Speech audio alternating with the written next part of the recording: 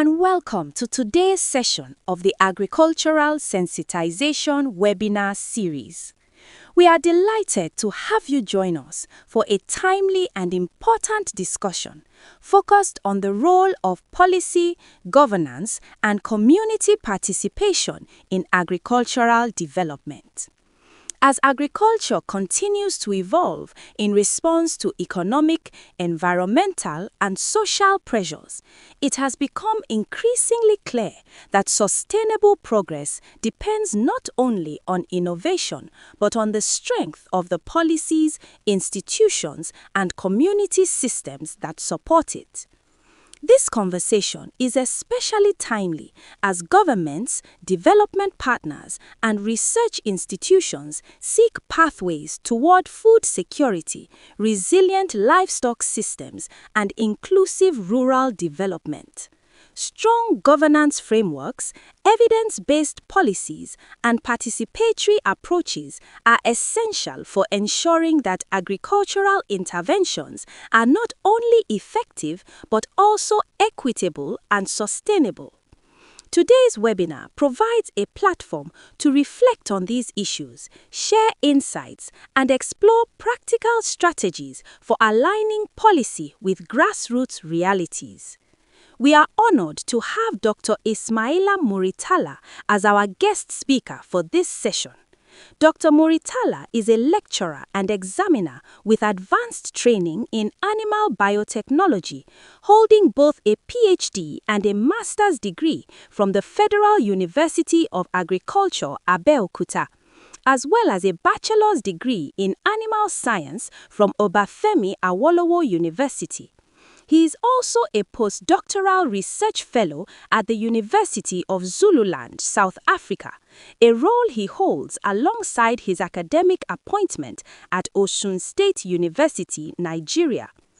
Dr. Muritala's work spans animal health, genomics, microbiomics, and biotechnology, with a strong emphasis on translating solutions that address real challenges facing African livestock systems. Beyond his academic research, he brings valuable field experience from agricultural extension and community-based programs, giving him a grounded understanding of how policy and governance decisions affect farmers at the local level. His research contributions and engagement with policy-relevant issues make him particularly well-positioned to speak on today's theme. With this foundation set, it is now my pleasure to hand over to our host, Professor Ra.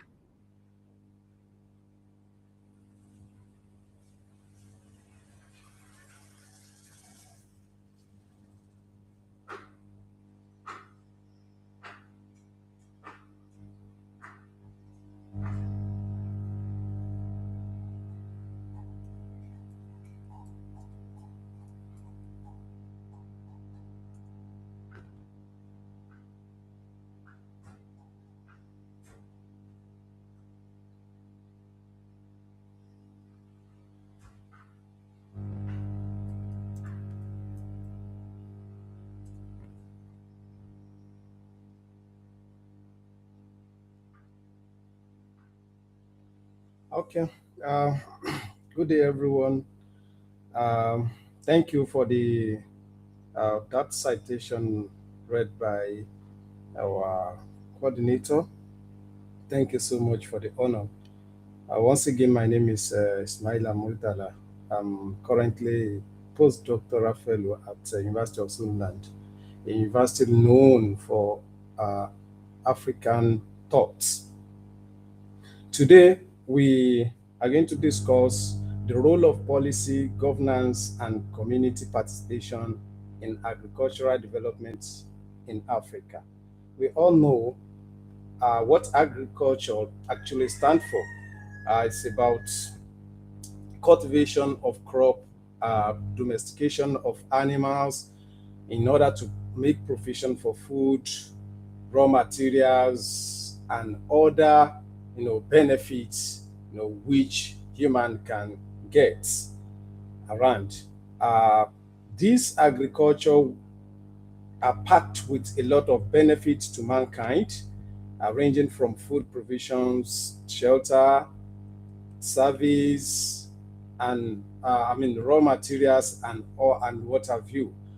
The benefits and advantages, what we can get from agriculture, are just too enormous to mention. And the other sessions we discuss the importance of innovation, as well as technology advance in technology.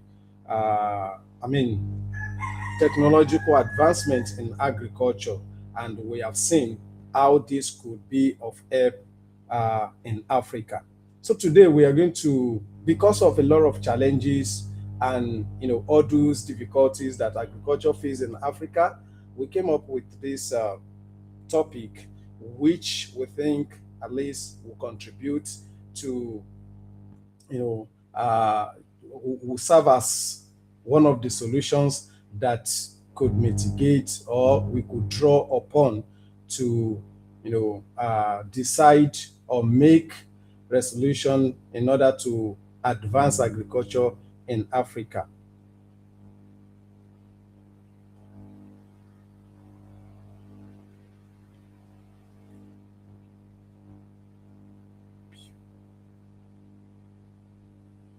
Right. Okay. Uh, we have seen agriculture as being the largest employer of labor in Africa. Estimates shows that most of African countries have, agriculture, you know, employed the largest, working population in Africa. And depending on countries, most of the countries in Africa have uh, the labor force being engaged in agriculture, despite the fact that the contribution of agriculture to the GD, gross domestic products in Africa is low. The largest, the dominant or the largest employer of labor in Africa is agriculture. Perhaps our industrial sector, our service sectors are not given due attention, so that they could be able to employ larger percentage of the labor force. So the people in Africa, because of the rate of unemployment, rely on agriculture. However, most of these people that engage in agriculture in Africa are mostly smallholder farmers, farmers that cultivate land that are less than 2 hectares of land. Most of these farmers cultivate this land purposely because to make food provision for the family. Some of them, beyond that, they sell part of their proceed, and few individuals engage in agricultural mechanization, which we could call large-scale farming.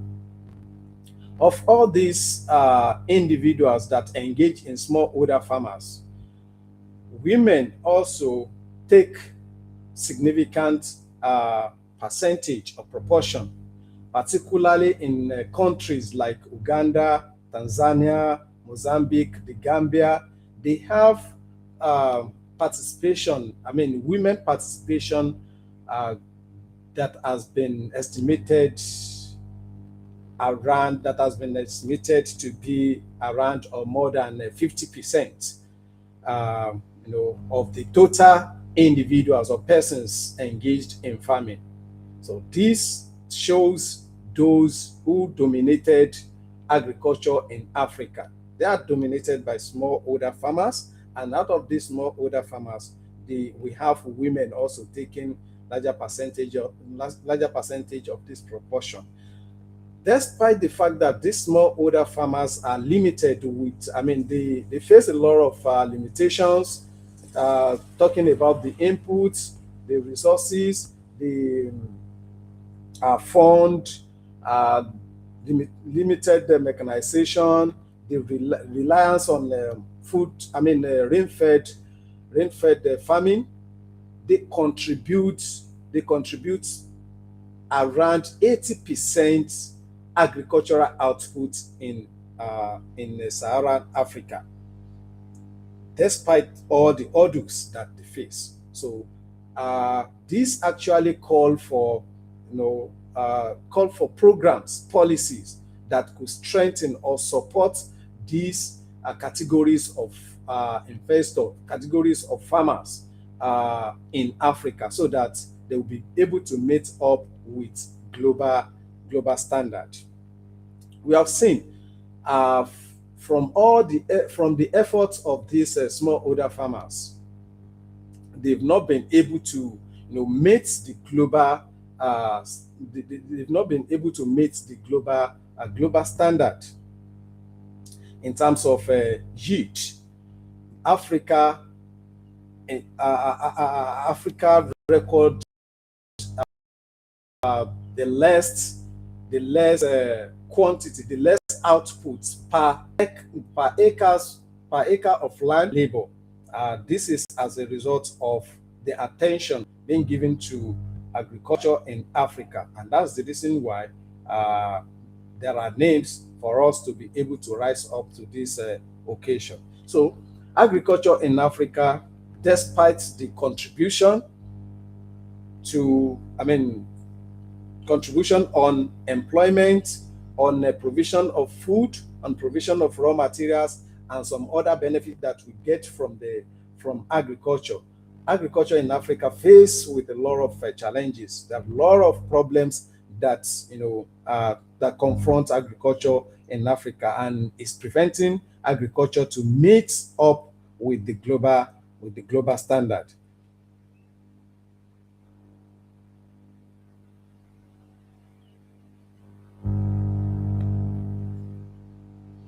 Part of this problem is low productivity. Um, Africa is known is characterized with different problems that contribute to low productivity per acre of land. And most of statistics that I've come across actually shows that the African country recorded the least yield per per acre of land, and least output per person. And this low productivity we are talking, it shows that the low productivity we are talking about can be viewed from two angles. That is low land productivity and low labor productivity. When the quantity obtained per land is lower than the global standard, that is low land productivity. And when the uh, output per person is lower, that is smaller than what is obtainable globally, that is what we call low labor productivity. A lot of things could influence this. Part of it is the uh, you know the inability or non-availability of improved varieties of crop in Africa might be one of the reasons. Then most of the farmers in Africa are not adequately informed about new, newly derived or newly developed varieties of crops that they can plant, which could give them better yield than the usual one, or the one inherited from their ancestors. There are a lot of varieties of crops, cassava, cereals, and a lot of crops have been witnessed genetic improvement over the years, and this could be drawn upon in Africa as well, so as to enhance better productivity. Also, another thing that could contribute to this low productivity is that most farmers in Africa rely on rain-fed farming. You know, this has constrained the farming system in Africa to a particular season. You know, they don't have total control of when to plant a particular crop and when they could have harvesting. And sometimes erratic rainfall and a fluctuation in the climatic condition like temperature and extreme weather condition like droughts and flooding could contribute significantly to the productivity of agriculture in Africa. That is on plants now. In the case of animal, most of the breed used in Africa are not developed, are not improved breed, which are widely used in other part of the world. If we want to compare the productivity of Indama cattle with Austin Fresiak, for instance, now in terms of milk production, we can see a significant difference between the two. For instance, Austin Fresiak can produce as much as 25 liters of milk per day, and why Indama might not be able to produce more than 1 or 2 liters of milk per day. So if we continue investing on these indigenous animals without adequate improvement or genetic improvement on this animal, they are very important as well, because some of them are because of their resilience, because they have high resistance to disease, and they can utilize poor feed materials that are available in Africa. Despite that, we still need to do a lot of efforts are supposed to be in place in order to improve this breed as well, so that they can give us better yield. So, what contributes to low productivity are just, as some of these factors that were mentioned earlier. Another thing that's you know uh, stand as an order or one of the problems of agriculture in Africa is climate variability. The erratic rainfall, I mentioned it the other time, determine the productivity of determine the productivity of the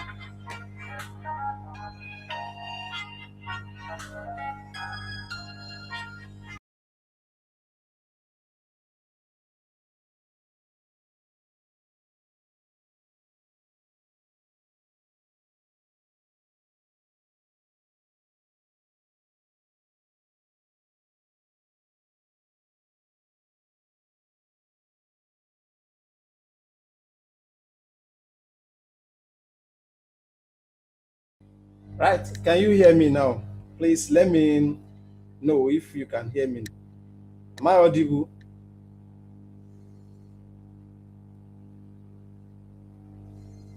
All right, thank you.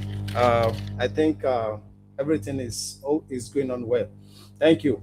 Uh, Climate variability is one of the factors that affects agriculture in Africa, because we lack that technology to predict what will happen in the next few days or in the next few weeks.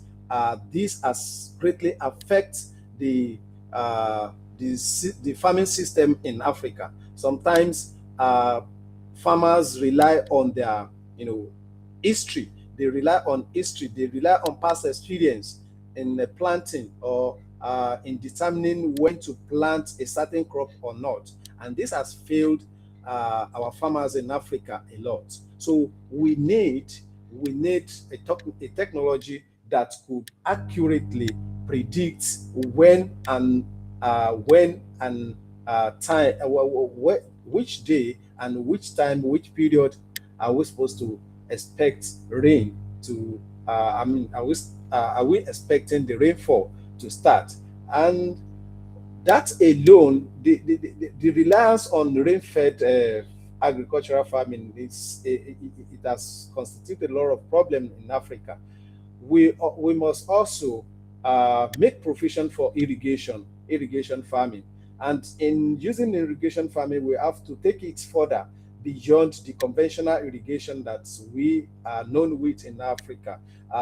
There are, you know, technologically advanced irrigation which will determine accurate amount of moisture needed by a particular plant, needed in the soil with respect to the requirement of a particular plant species. So all these are required to mitigate the problem of climate variability in Africa. Another factor that's as of great importance is the control of flooding, because the excessive accumulation of moisture or water in the soil could be a problem, could be a big problem as well, because if the moisture requirement of a particular plant is provided,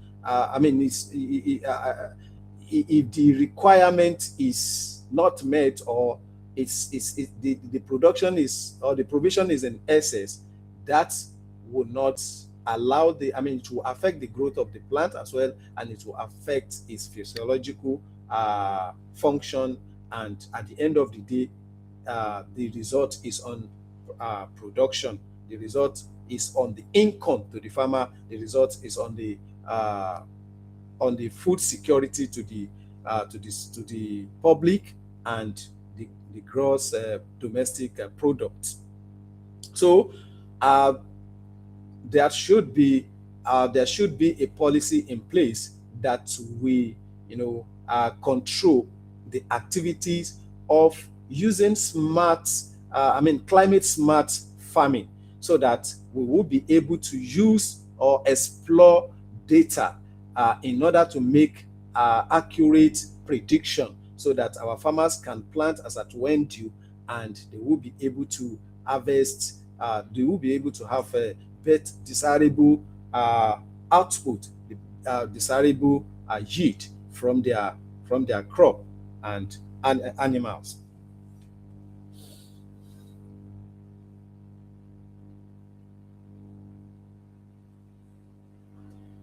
Another problem of agriculture in Africa is weak infrastructure.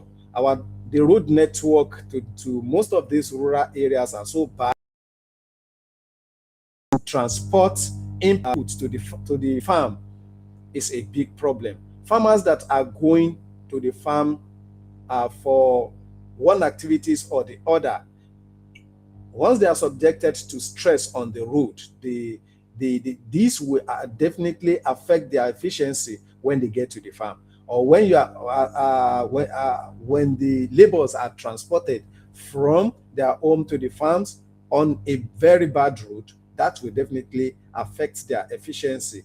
And the bad road network also contributes to additional cost incur on transporting input materials and labor to the farm. Sometimes it makes it very difficult to transport farm output, farm produce from the farm to the market. So most of the time, farmers feel discouraged from moving their farm produce to the market. So they most of the time they support and they like selling their farm produce at farm gate. And we know the implication, we know the economic implication of that to the farmers, because these middlemen that will buy at the farm gate, they will not buy it at appreciable cost that that produce are sold, or the current price in the market. So it will definitely affect the income coming to the farmers. And farmers, by with that, farmers will feel discouraged. They wouldn't want to continue with that investment, or that activities, in the next season. So one of the infrastructure that is poorly provided, or non-available in the farm, is water. Most of the rural areas in Africa rely on a stream for the provision of water. Most of these streams are seasonal, and some of them, the volume of the water that the people could get from them are very minimal. So uh, these are the things that characterize infrastructure in most of the rural areas in Africa. Another important infrastructure that is not available in most of the African rural areas in Africa is storage facilities. Most of the farmers, when they harvest their produce, particularly the perishable ones like onion, the uh, tomato, vegetables, and all that, they want to sell it as soon as possible, as quickly as possible, because they know that uh, this material, if it stay long with them, it will lose its value, and the economy, the income they could get from that will definitely be affected. So they sell, they engage in panic selling because of the perishable nature of most of these agricultural produce. I did mean we have these storage facilities in the rural areas. This will prevent the, the it will prevent the spoilage.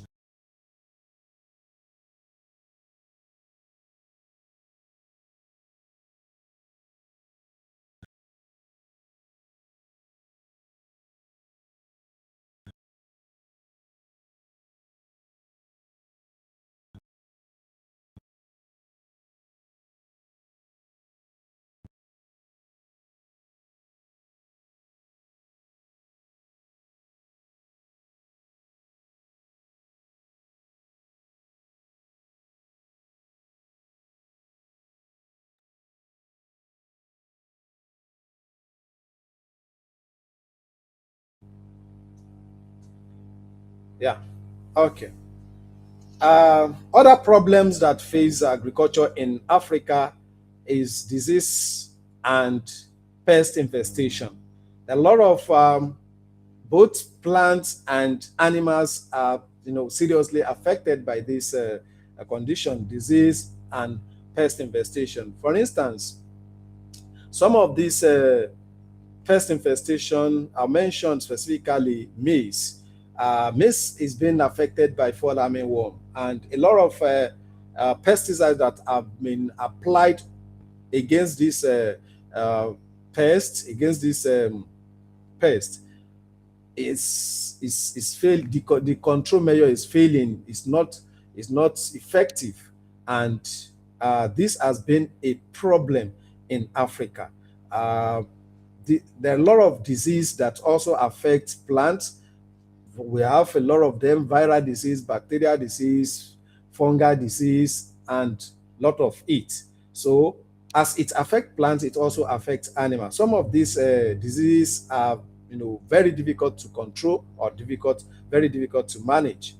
We have foot and mouth disease in uh, in cattle, sheep, and goat. We have PPR disease in small ruminants, swine fever, and a lot of it in animal. This disease actually the production of animals. Some of it, once we have the outbreak of this disease, it may be very difficult to, to cure. I mean, to cure or control them.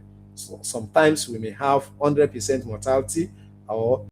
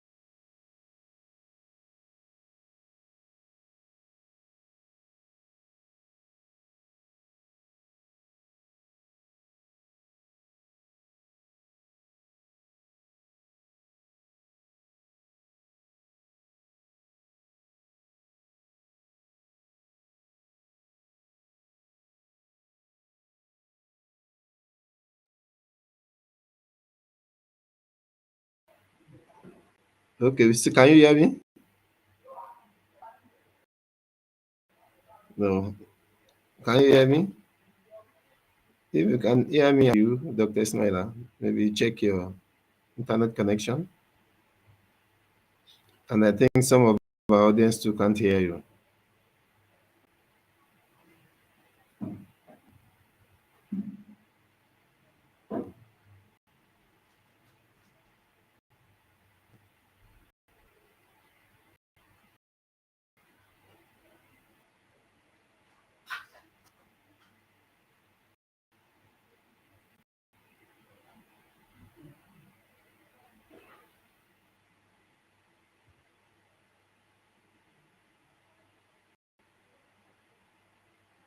We still can't hear you yet.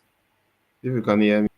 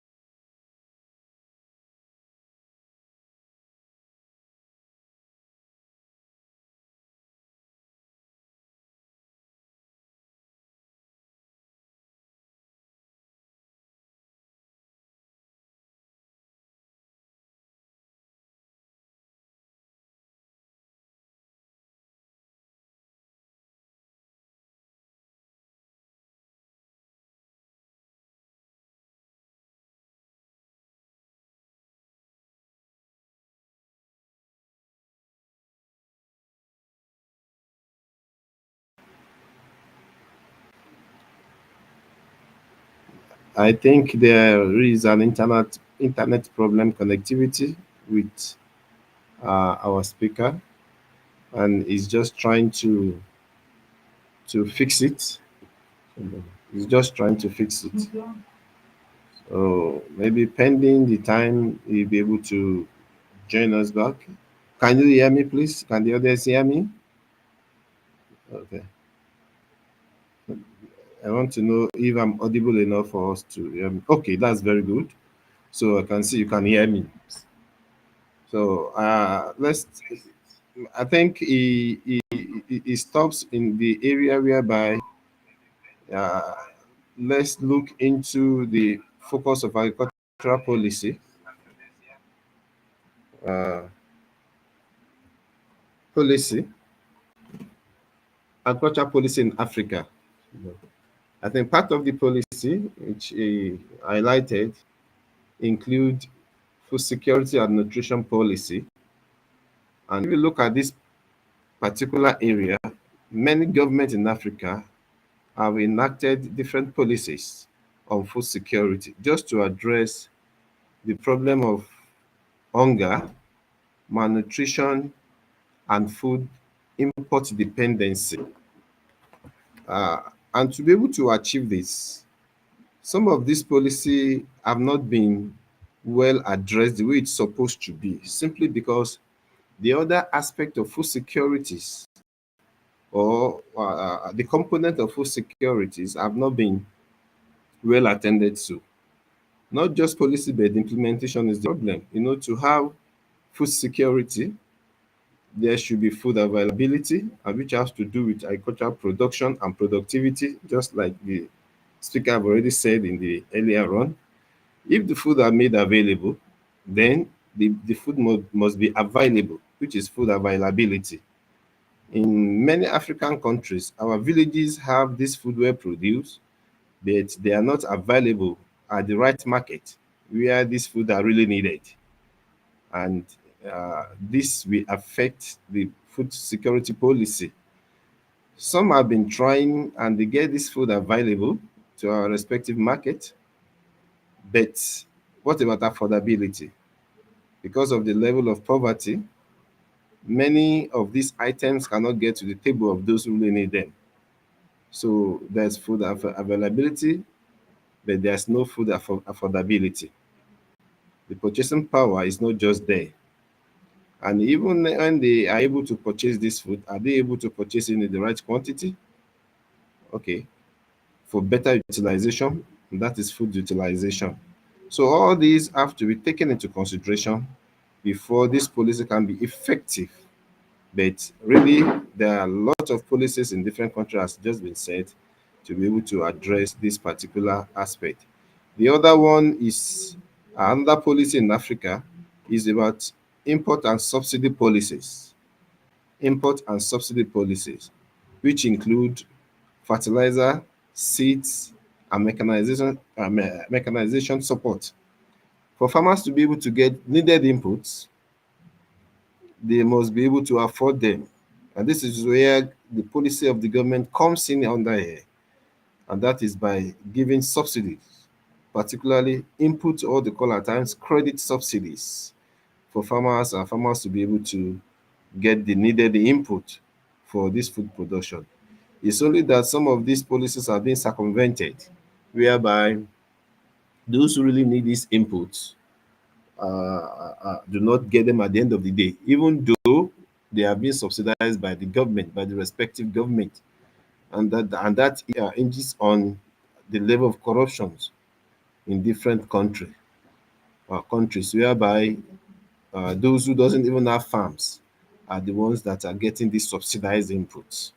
That's why in some other countries they try to bring about what is called price subsidies, where they try to make sure that those who produces this food, who have what to sell, are the one that benefited from the price subsidies. The government gets this food during the glut period, when the price would have fallen, and they buy it at reasonable prices from these farmers. So that's when we give them much more money for them to be able to buy the needed inputs for the next production seasons. So all these are under subsidies. Also, other ones highlighted by the lecturer is a land tenure and land use policy. Land tenure and land use policy. This is when the government tried to bring security of land rights for smallholders, women, and pastoralists. It's a problem in Africa whereby one may be willing to go into a medium or large scale production, but the lands are being fragmented, okay, due to inheritance and some other reasons. Because of that, most of our farmers are still producing in small scales. And we know because of the teeming African population in particular, we really need large scale agricultural production. And we can get this many a times because the lands needed are not available. And women who are known to be doing very well in agricultural production, agricultural practices, do not have access to the needed land. Likewise, the pastoralists. Other policies include also climate smart agricultural policy, whereby government formulated policies to ensure adaptations to climatic problems like droughts, floods, and land degradation. Also, there's trade and regional integration policy across border agricultural trade, whereby the problems of tariffs, okay, and some other problems are being reduced, and a lot of researches have been going on in this particular area, trying to look into what is really the problem. Okay, I think the lecturer is back. Can you hear me, Doc? Yeah, I can hear you. This is Nigerian Aha! government. You have given me a lot of work to do. I'm already I'm sorry, Prof. in your slide 10, All right. whereby we have been looking at some of these. So you start from African realities.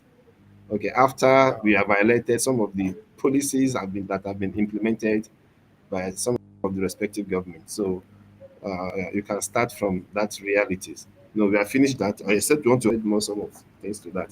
Thank you. Okay. All right. Thank you so much, Prof. This is one of the problems we face in Africa. Uh, the networks just went off, and that is it. And thank you so much for taking it from that point. And if I may continue from where Prof stopped, we faced a lot of problem. Well, I think a Prof might have discussed about the land ownership, the ownership of land. As in some communities, women are excluded. They cannot own land. Children are not children who have their parents alive cannot own land.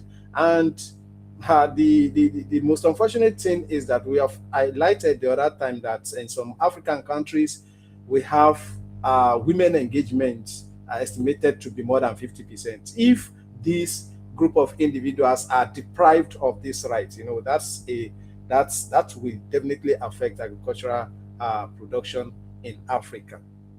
So policies should be, developed towards providing security for land rights for every individual, regardless of your sex, regardless of your gender.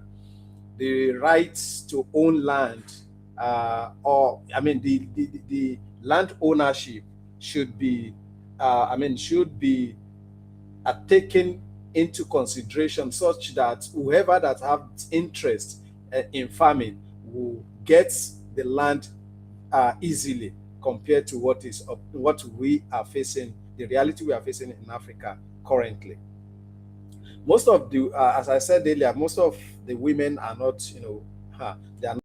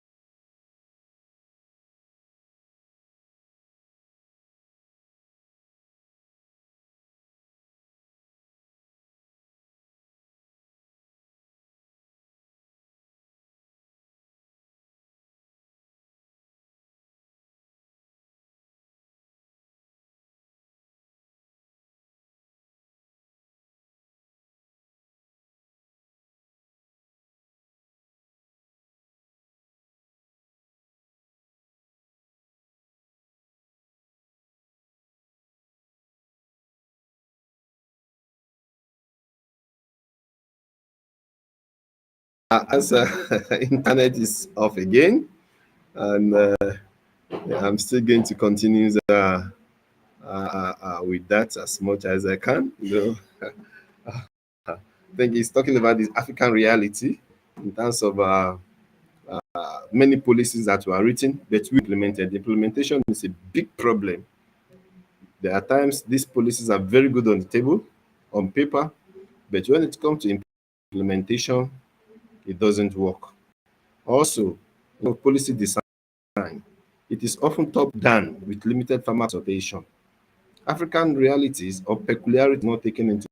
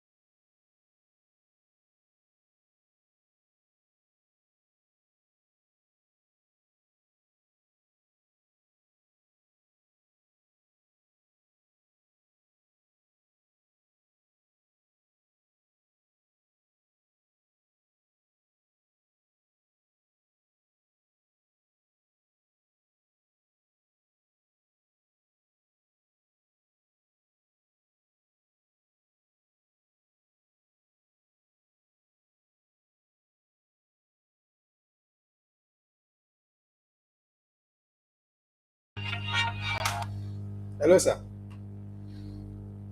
Okay. Oh, yeah.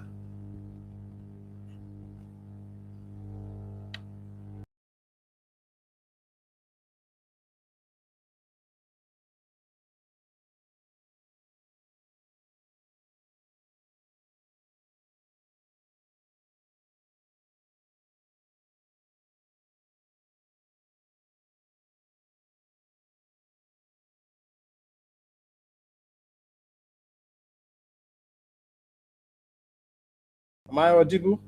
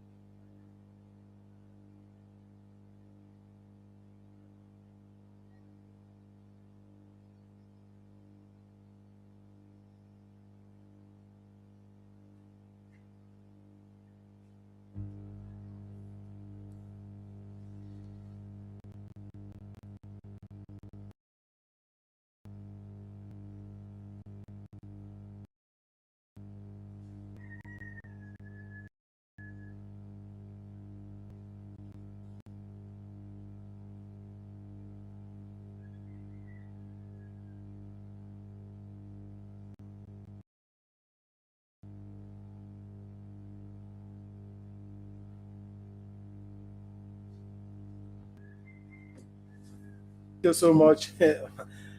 Sorry for that. Uh, that unnecessary distraction that's happened is as a result of the problem we are facing in Africa. So we are talking about those problems that we have highlighted. Uh, these require, you know, a very strong policy, which should, carefully implemented so that we can have better, we can advance our agriculture in Africa, having the benefits that we stand from this sector of the economy.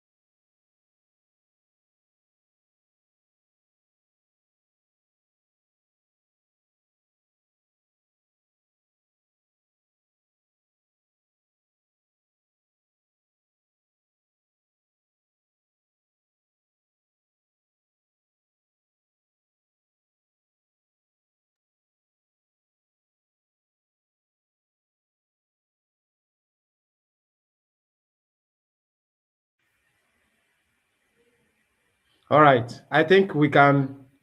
I think I'm audible now. All right. Thank you. So, we were discussing about the policies. Policies as the policy, the agricultural policy should be carefully designed and for political will by the government for the implementation when due and adequately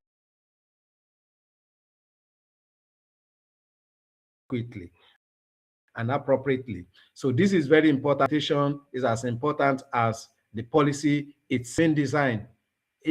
Most policy in African country is often top down. That is from the government agency and other stakeholders, excluding the farmers that will implement. I mean that we that will use this system, that will translate this system into practice or translate the policy into practice. They are most of the time being excluded. This actually contributes to the failure of most of the policies that are in place in Africa.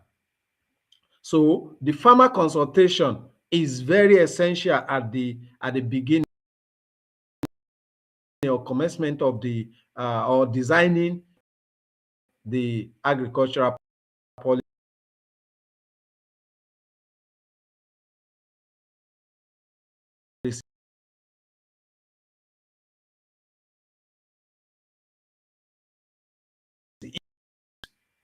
It's the inconsistency in the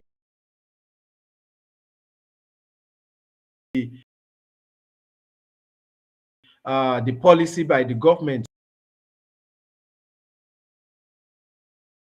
or the effect that on our agriculture in Africa. Consistency is very important. Policy changes, it will undermine farmer confidence. They have not finished or not they have not they've not complete the implementation. That one is induced. This will confuse the farmers more, and at the end of the day, it will not yield any results. And when we are talking about governance, we are talking about the institutions that the institution, the leadership that that we initiate the development of policy that will bring about the policy that have evaluated another policy that they want to have in place so that the agriculture in Africa. This governance stand by that policy, not the one that will make the policy and tomorrow they change the position of the because of the concerned people or the people that are affected. So this will go a long way in determining the efficiency of a particular policy and the implementation. The government, as I said earlier, must have that political will to give the agencies the opportunity to implement the policies, as planned. Otherwise, no result will be. I mean, there won't be any result from the efforts made so far on the policy development. So when we are talking about governance, the governance is at different levels. We have national government, we have provincial or state, and the local levels. The local level government are they are closer to the people. They are closer to these farmers. However, most of these level of governance is characterized with low skilled personnel that could implement most of this agricultural policy. Most of the people that are working at this level are not that skillful compared to their counterparts that work with federal, perhaps because of the level of training or the level of education they have acquired before joining the organization or joining the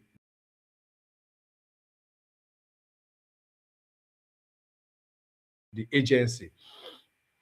Also, we're talking about ministries, we're talking about what this time around we are talking about government or governance that we implement the policy to shape agriculture in Africa. So the actors in this category are the ministries.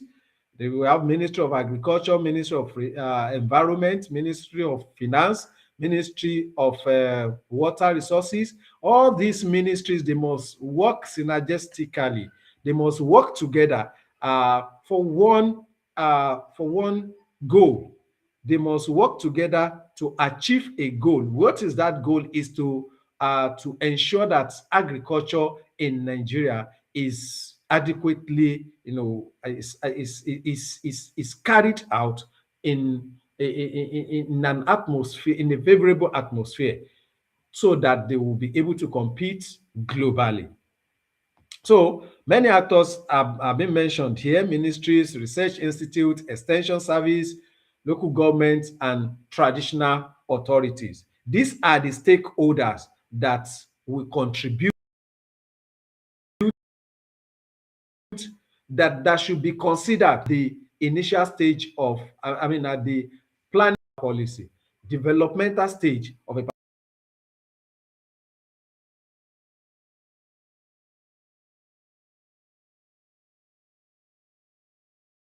particular policy. Excluding any one of these may, affect the efficiency of that policy at the end of the day.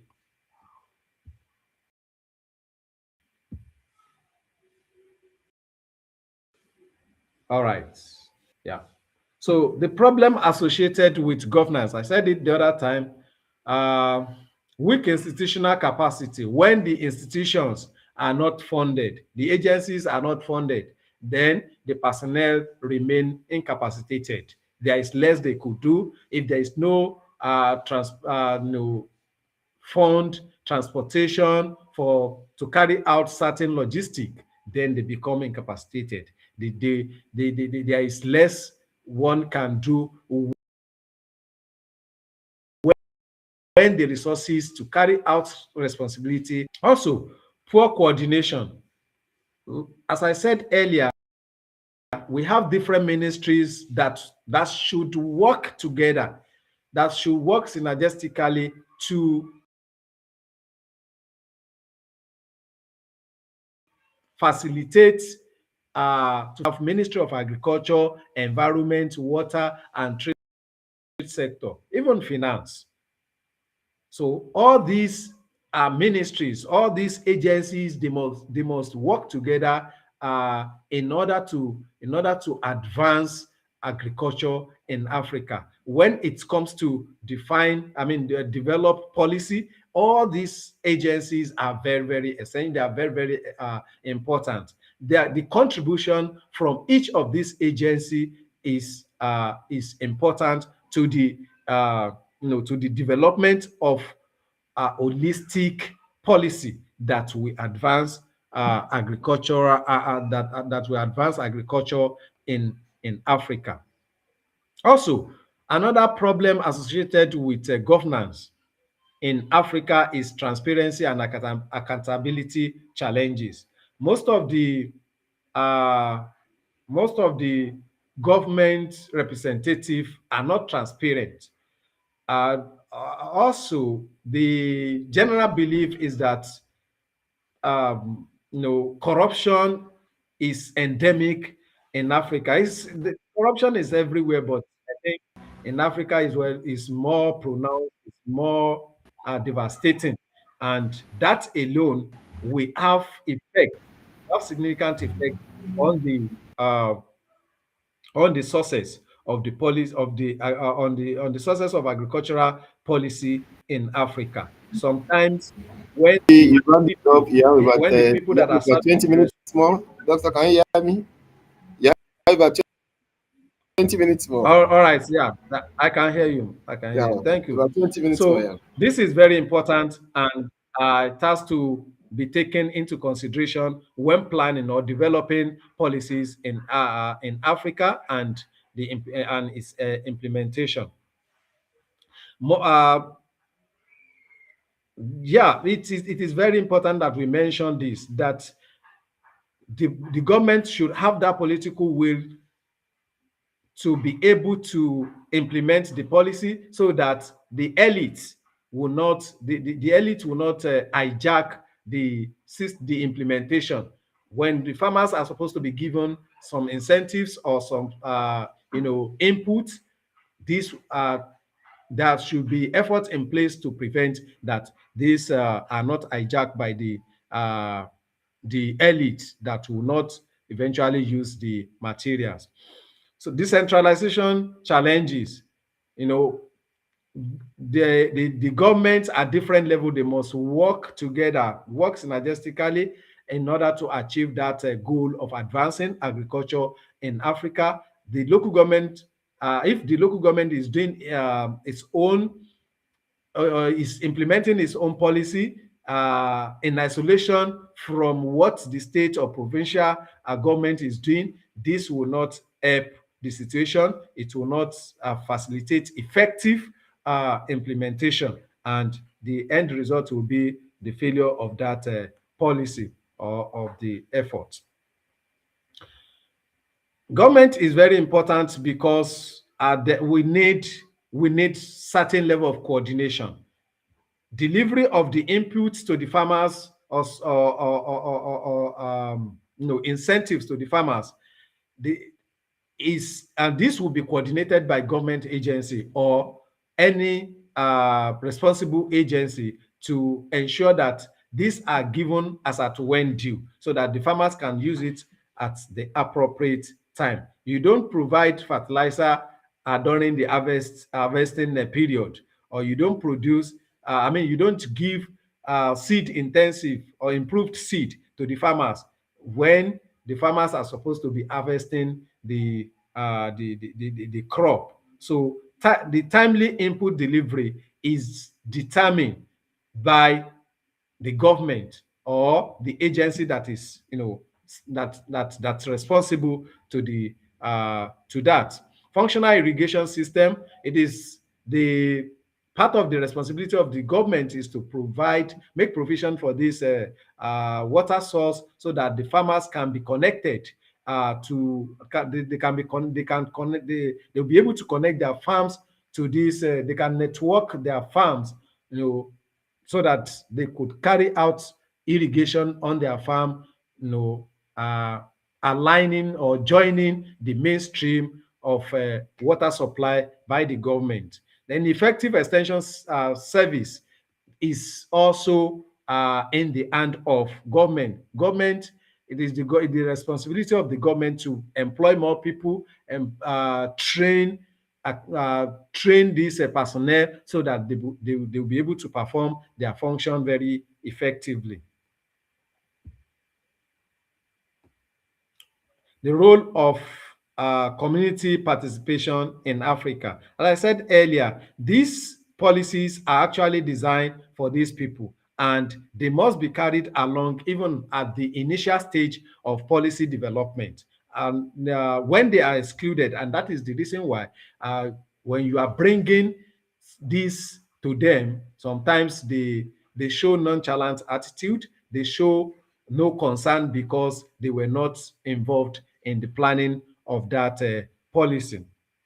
So African farmers operate in diverse ecological and socio-cultural system. You don't use the information you get from people that live in arid area on people that live in a forest zone. So you have to include people from diverse background, diverse ecological, diverse agroecological areas, so that you will be able to consider this their ecological area as well while you are planning the policy. So that is the reason why it is important that we involved the farmers from diverse agroecological and socio-cultural system at the beginning of the development of the policy. And local knowledge is essential for crop choice. So what kind of crop is popular in an area? We need to have this information. So, and that's the reason why involving them at the beginning of the program is very important. Soil and water management, they are the one that will provide us with information on this, so that we'll have background information on what we can build upon. And that's the reason why I keep on telling us that it is very important that we include them at the beginning and at the level of implementation, and because the adoption lies on them. If we bring strange things to them, they may not adopt it. So we are talking about form of participation here. Participation could be based on organization and whereby farmers form cooperative or have different organization or union and all that. So we can meet them, or we can invite this organization or representative of a cooperative during the planning of a particular policy. Then it could be community-led natural resources management, and it could be a participatory agricultural research and extension system whereby the research extensions officers will go to the farmers and meet the farmers. They can have what we call contact farmers. That is, farmers that will represent the others. Sometimes it may be very difficult to work with all the farmers. You can, have some of them that will be your contact farmer or representative of others. Also, we could reach out to these farmers through the traditional rulers. These are the ways of involving the farmers in our policy development. Like we said the other time, effort should be, when we are designing the policy, we must also be considerate to the people that contribute meaningfully into the agriculture. We should not say because this person is a woman, and this one has a father and has a parent that are still farming. Because of that, all the benefit that are supposed to be given to that person will be deprived. No, we should not do that. Land access, in short, should be openly, it should be liberal. It should be given to whoever that is ready that is ready for farming. Benefit of participation: it will reduce project failure rates because the farmers are being carried along. The adoption of that technology will be very easier because they are part of the program, even right from the inception. So stronger ownership and sustainability of intervention. So at the end of the day, it will translate to more food provision, food security. There will be food security in the country. Then there will be additional income into the farmers' purse, as well as increase in GDP. So the policy governance and community participation are very, very essential, because policy without governance, the implementation is failure. And at the end of the day, there won't be any desirable result. Governance without community input, it will result in low adoption. As I said earlier, the farmers should be carried along even from the right from the inception, right from the beginning of the policy development. Community action without policy support, uh, there will be limited scale and impact. It will keep on repeating the same thing over many years. So there should be policy that will, advance that system, or that will advance that production, so that we could contribute. I mean, we could have better productivity than what we are having currently. Successful African agricultural development requires inclusive policy formulation, accountable governance structures, empowered and organized farming community. All these have been discussed earlier. So key challenges in the African context is that there is always political interference in agricultural programs, whereby once it affects a particular individual, or group of individual, uh, the implementation will be affected, and at the end of the day, the results will not be desirable. Then the weak data and monitoring system. Everything that we should prioritize must based on data collected, because it is the data that will guide us accurately. We should not base our decision on on something that cannot be.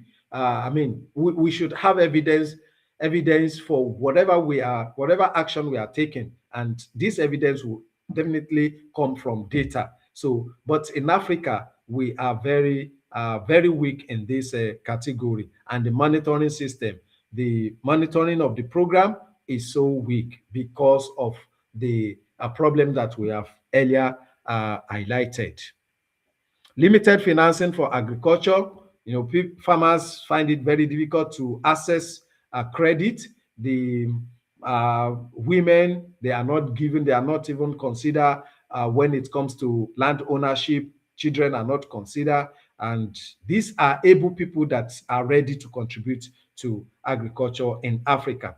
Climate change impact on rain-fed system. Most farmers in Africa depend on rain-fed, whereby once we have climate variability, or change in weather condition, definitely the agricultural production sometimes may be limited. Also, there is limited mechanization in Africa. There is limited mechanization in Africa, and this actually limited the productivity of agricultural production in Africa.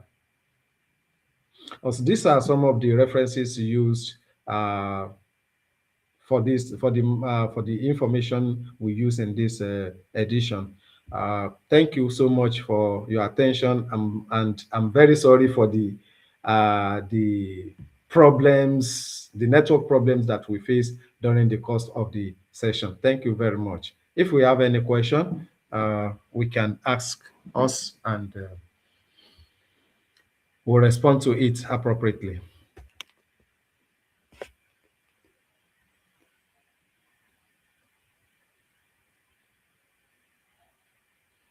Yeah. A question.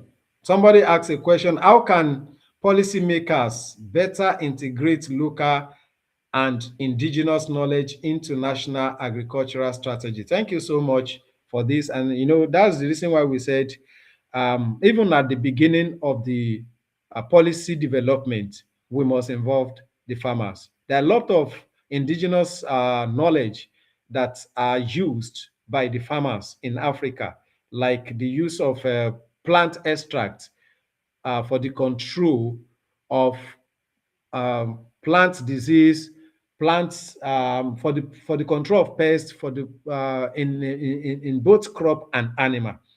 If the farmers are included at the development of policy, when the information are given out by the farmers, this will be verified by sponsoring research, so that the claim by the farmers or the you that uh, that indigenous knowledge will be verified, and this could be promoted uh, for the use of the farmers. So what is important is that the farmers also should be given attention when we are developing policies for agricultural development in Africa. Thank you.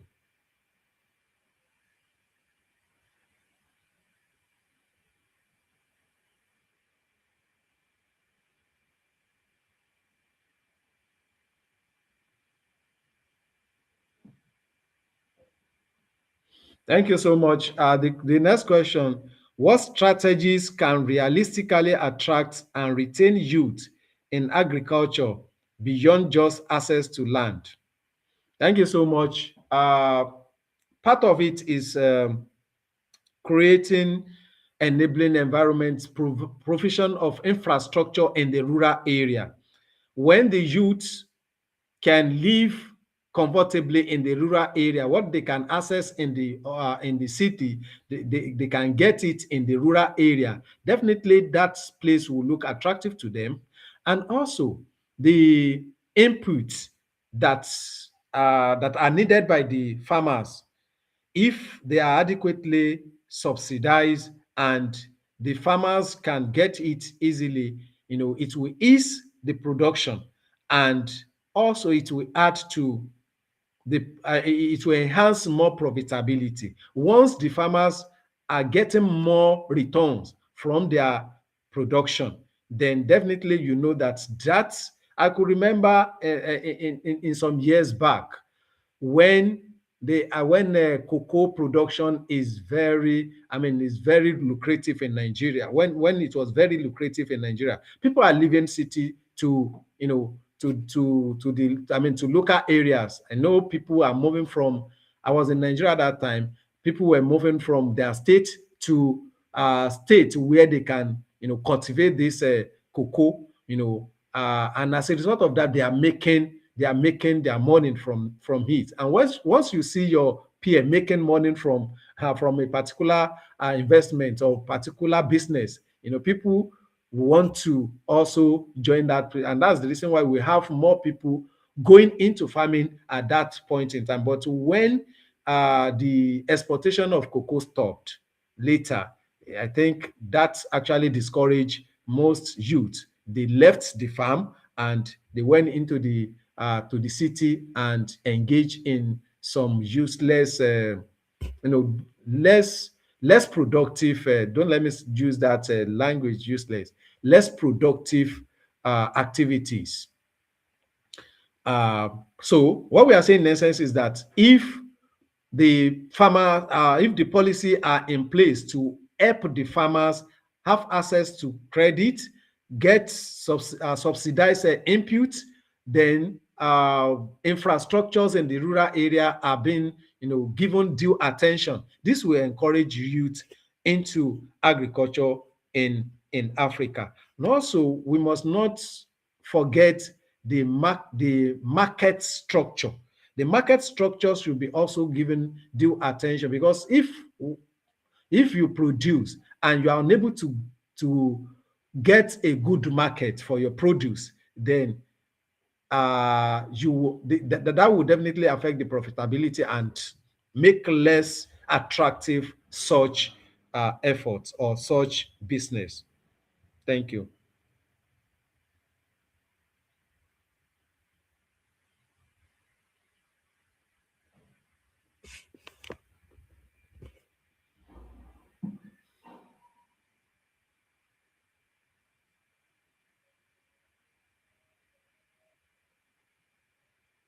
Yeah. First of all, when the priorities should be there should be policy in place to facilitate people, that will attract people into farming business. Part of it, we have mentioned it earlier. The land ownership should be looked into. The access to to farmland should be make more easier for the people to get land for the for agricultural production. Also, the security also is very important. People are out they are going out of farming today because our forests are not secured.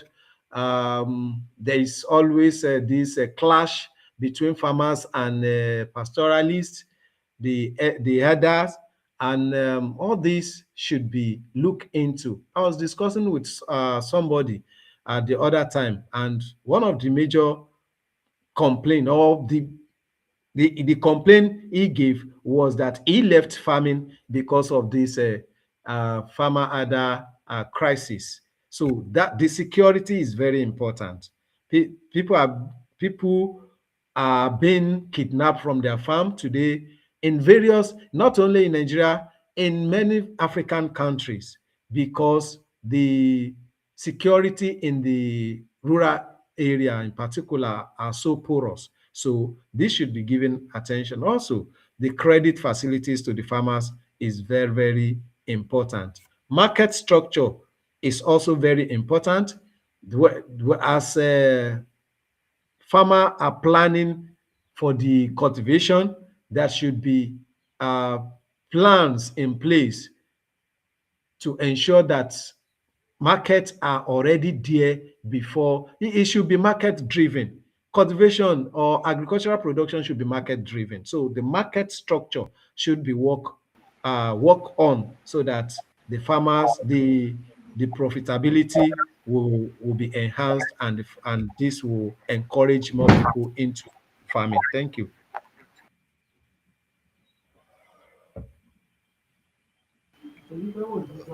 Okay, doctor, thank you very much for your responses. I think you answered some of the questions posed there. I think you can see some questions. You have answered most of them. That's the last question. That if you are advising the government starting agriculture, it has gone here. See if I can see. I think the question I've read it before, that which of those uh, policies would we focus on? About two or three policies that ask government to start with. If you have to advise governance as of policy formulation, and that's the last question. Okay, they say what okay, if you are advising the government starting agricultural reform today, what would be your top three priorities? Okay. Doctor, can you hear Yeah, I me? think I think I Okay. discussed that. Hello, Prof. Yes, I can hear you. Yeah, I said So I think I yes, you have just mentioned it. yeah, I just discussed that. Okay. So I think that's the last question anyway. Thank you very much for this beautiful presentation, for your time. Even Thank you, despite Prof. the peculiar African problems of internet problem to join, Thank you you, are Prof. just, it's like I've assisted you to do part of your work. So you are going to make payment for that. Thank you very much. And we hope that uh, very soon we still have you again to discuss another important topic in agriculture. Once again, all our audience, we appreciate your has really enlightened and educate us as well. So hopefully next month we are still going to meet together again. Until then, I wish all of you a very good week ahead, and wish you best luck in all your endeavor. Thank you very much. Thank Thank you, you. Prof. Thank you. Yes. Bye bye. Bye for now.